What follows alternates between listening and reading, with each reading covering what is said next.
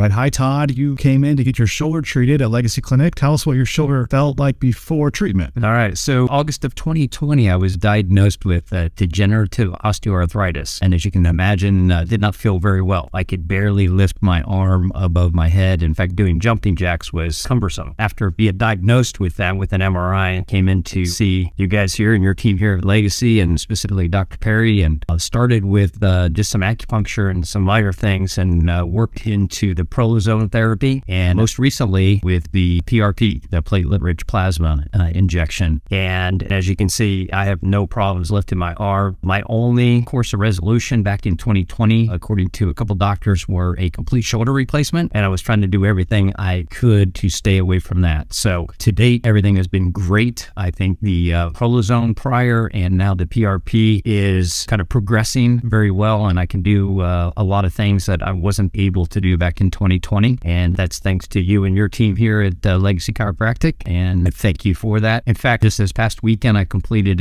my first ever super Spartan race. So it was a 10K Spartan miles and 25 obstacles, and I completed that with a few failures on obstacles, but other than that, completed it and walked away and completely pain-free.